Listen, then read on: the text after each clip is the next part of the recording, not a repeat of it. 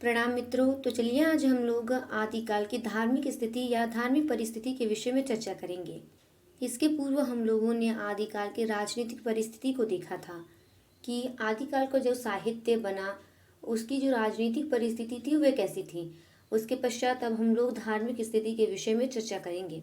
हर्षवर्धन तक राजनीतिक परिवेश की तरह धार्मिक वातावरण भी अच्छा एवं पर्याप्त समृद्ध था, लेकिन हर्षवर्धन की मृत्यु के बाद स्थिति बदली।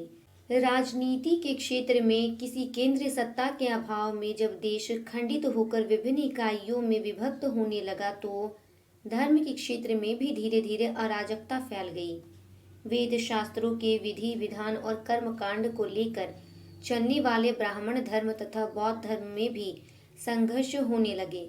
विभिन्न धार्मिक संप्रदाय अपने पवित्र रूप को सुरक्षित न रख पाए तो विकृत होकर नए नए रूपों में जनता के सामने आने लगे। आम आदमी धर्म के वास्तविक रूप को नहीं समझ रहे थे। बौद्ध धर्म वास्तविक आदर्श को भूलकर जादू टोने और तंत्र मंत्र में विश्वास करने लगा था। अर्थात जिस प्रकार हर्षवर्धन की मृत्यु के पश्चात राजनीतिक स्थिति भी बदलने लगी, यानी कि राजनीतिक स्थिति बद से बदतर होने लगी, उसी प्रकार उस समय की धार्मिक स्थिति भी खराब होने लगी थी हर्षवर्धन की मृत्यु के बाद। आम जनता सिद्धों की भूल भुलैया में भ्रमित हो रही थी। बौद्ध धर्म की विभिन्न शाखाओं में तंत्र मंत्र, हठ योग आदि के साथ मांस, मैथुन, मद्य तथा मुद्रा को भी विशेष स्थान प्राप्त होता रहा था। जैन धर्म नए रूप में ढल रहा था, जैसे मतावलंबी साहित्यकारों द्वारा अपनी रचना में राम, कृष्ण और पौराणिक पात्रों को भी जैन धर्म में दीक्षित होते दिखाया जा रहा था। इस काल के विभिन्न शासक न केवल अलग अलग धर्मों के मानने वाले थे, वरन वे उन धर्मों के प्रचार प्रसार में भी सहायक थे। युद्धों के उस समय में शासक लंबे समय तक अहिंसा परक बौद्ध व जैन धर्म के अनुयायी नहीं हो सकते थे, इसलिए शैव मत का प्रभाव भी बढ़ रहा था। अर्थात आदिकाल के समय भारत में जितने भी शासक थे वे लोग अलग अलग धर्मों का अनुसरण क्या करते थे, परंतु बौद्ध और जैन का जो अहिंसा परक तत्व था उनके धर्म में वह ज्यादा देर तक नहीं चल सका, क्योंकि उस समय युद्ध बहुत ज्यादा हुआ करते थे। लोग अपनी प्रशंसा के लिए युद्ध किया करते थे, तो अपनी वीरता प्रदर्शित करने के लिए युद्ध किया करते थे, तो किसी राजा की राजकुमारी को देखकर यानी कि उसकी सुंदरता से प्रभावित होकर युद्ध किया करते थे। उसी के साथ साथ अपने साम्राज्य विस्तार के लिए भी युद्ध किया करते थे। यानी कि आदिकालीन जो दौर था वह युद्धों का दौर रहा है। इसीलिए किसी भी राजा का अहिंसक बना रहना अधिक समय तक संभव नहीं था। तत्पश्चात शासकों ने विविध धर्मों का पालन करना शुरू कर दिया।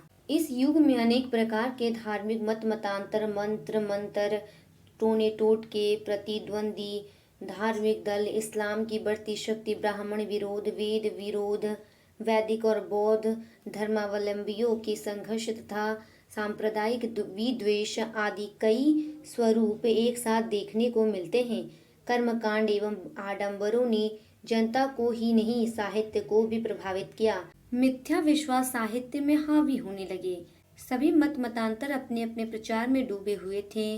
इस तरह से समग्र धार्मिक स्थिति ने तद्युगीन साहित्य को प्रभावित किया। अर्थात आदिकालीन जो साहित्य था उसमें जिस प्रकार की धार्मिक स्थिति उस समय थी उसी प्रकार के साहित्यिक रचनाएं हो रही थी। यानी कि सब कोई अपने अपनी मनोवृत्ति के अनुसार साहित्यिक रचनाएं कर रहे थे। अधिकांश कवि दरबारों में रहा करते थे और वे किसी भी राजा के संरक्षण में रहते थे, इसीलिए वे सदैव अपने राजा को खुश करने के लिए रचनाएं किया करते थे। और इस प्रकार की धार्मिक स्थिति आदिकाल की थी। तीसरा है सामाजिक परिस्थिति। तो अब हम लोग जानेंगे कि आदिकाल की सामाजिक परिस्थिति किस प्रकार की थी। राजनीतिक एवं सामाजिक परिस्थितियों के परिणाम स्वरूप आदिकालीन समाज भी विभिन्न जातियों एवं वर्गों में बंट गया। समाज असंगठित था। धार्मिक अराजकता ने सामाजिक जीवन को आडंबर युक्त बना दिया। ब्राह्मणों की श्रेष्ठता पर लोगों की आस्था कम हुई। समाज में क्षत्रियों का प्रभाव बढ़ रहा था। उनकी शक्ति एवं शौर्य के चर्चे चारों ओर हो रहे थे, लेकिन विडंबना यह थी कि वे राष्ट्र और समाज के हितों को भूलकर आपसी फुट और झगड़ों में उलझे हुए थे। यद्यपि राणा सांगा व बीसल देव जैसे राष्ट्रहितैषी राजपूत भी थे, लेकिन ऐसे लोगों की संख्या अत्यंत सीमित थी। जाति भेद, ऊंच नीच, गोत्र एवं वर्ण आदि के भाव अत्यंत प्रखर थे।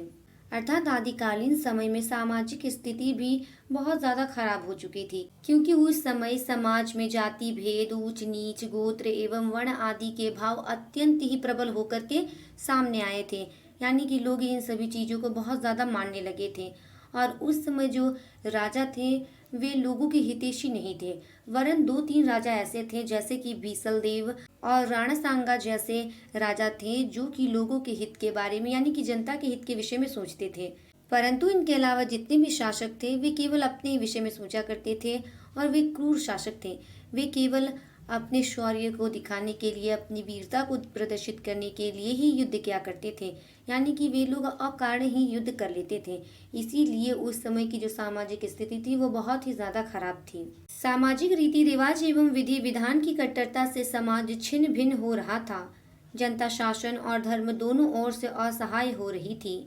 वह युद्धों के चंगुल में पिस रही थी। भोगवादी संस्कृति ने उच्च वर्ग के लोगों को जकड़ रखा था, निम्न वर्ग के लोग पिस रहे थे।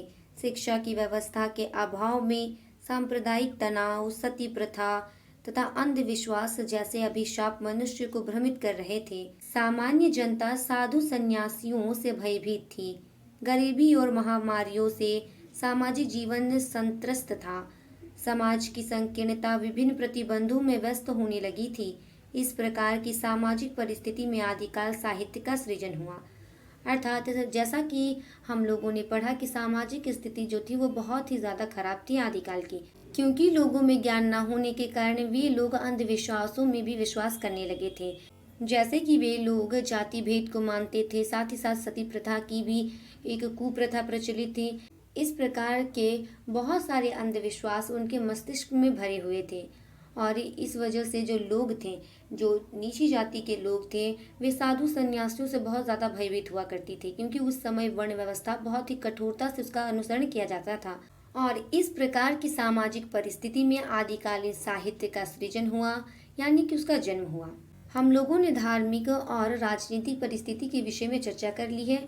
इसके पश्चात हम लोग सांस्कृतिक परिस्थिति और साहित्यिक परिस्थिति के विषय में इसके अगले वीडियो में चर्चा करेंगे। तब तक के लिए धन्यवाद।